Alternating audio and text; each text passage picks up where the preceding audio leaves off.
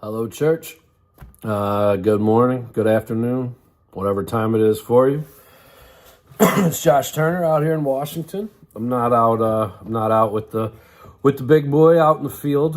He actually hurt himself a couple months ago, and he's had to have a couple surgeries on his back leg, and we're hoping he heals up quick. But as of right now, he's got a cast on, and he's out of commission. So, anyways, today, I don't know if you saw it last week or the week before, whenever they put it up, but I've done a video called Basic Christianity, and the first one I did was called Focus.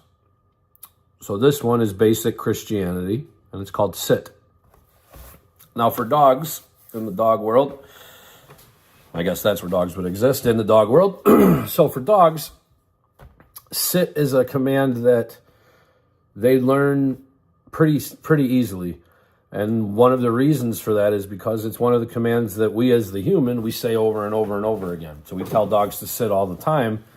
And that repetition helps them kind of figure out and flesh out what is it you're actually asking me for. And what happens when I do this, when you ask me for this, right? Now, most of the time, we humans don't know why we would ask a dog to sit. Right, we think it's a command, and we use it a lot because our dog will actually do it. So we'll have them sit before they get a treat, or before whatever it is, before they go through a door or crosswalk or whatever. And all these are good times to make them sit. But most of the time, the human doesn't understand what the sit is actually doing, what the sit is for the dog in their mind. So dogs operate a few different ways, just like humans. One of them is fight, flight. I'm sure you've heard that. Surrender is one for the dog. And then avoidance. Those are the four main ones. Now the human, you've got fight, flight, and then they've introduced, I don't know when it got introduced, but freeze is another one. So for the dog, you have four, right? Fight, flight, avoidance, surrender.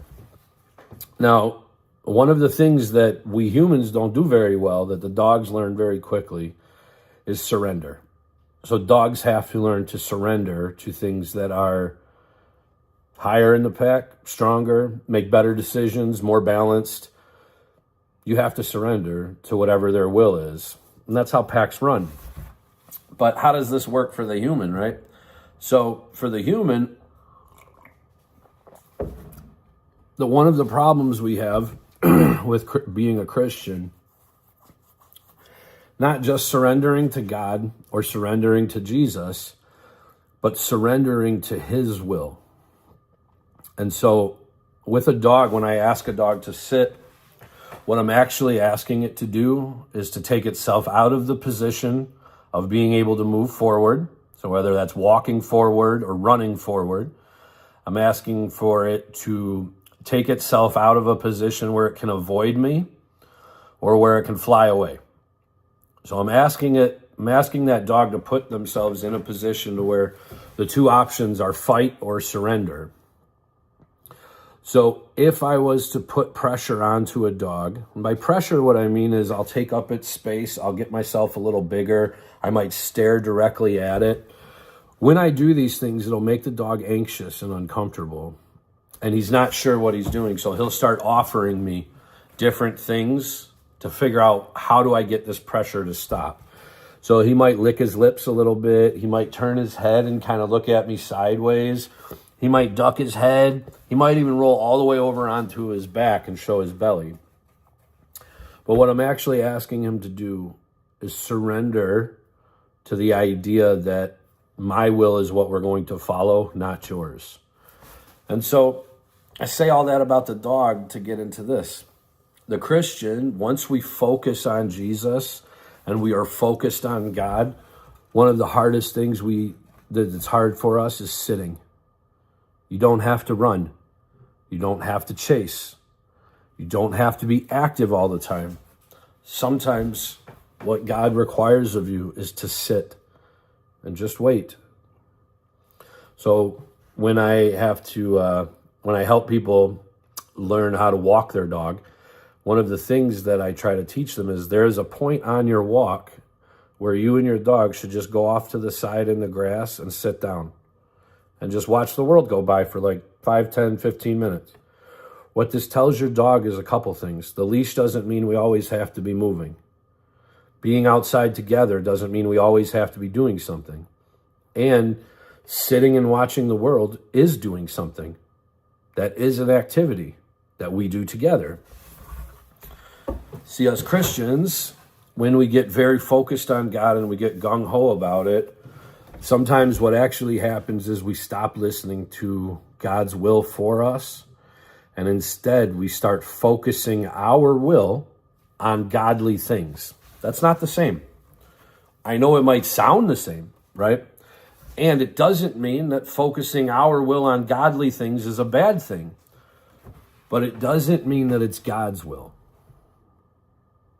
It doesn't mean that it's His will for you just because you're excited and you focus on God. So sometimes we just have to sit and we have to focus and we have to wait for the next command. Now, usually, like for guide dogs or dogs that are hired in training, and this should really be done with any dog, but it's usually higher trained dogs, they're going to have a release word. Because when they're put into a sit or when they are in a sit, just because the human moves does not mean they get to move. So much like the Christian, just because God is moving doesn't mean you have to move. You're His. You're on the team. You're saved. You don't have to hurry and keep fulfilling the things. When God tells you to do something, you know. It's not secretive, and you know it's not you. And if you don't know, this is why we surround ourselves with a pack of other dogs who will teach us when we're doing something wrong. So if I have another dog who I'm asking all my dogs to sit and one dog won't, there will be a dog in my pack that'll start poking that dog with its nose or putting its paw on it, telling it, sit down so we can all get treats. Okay? So when you go about your regular life, remember, part of being a Christian is just being able to sit and focus on Jesus without doing anything. You don't have to start a rescue. You don't have to start a church. You don't have to volunteer at church.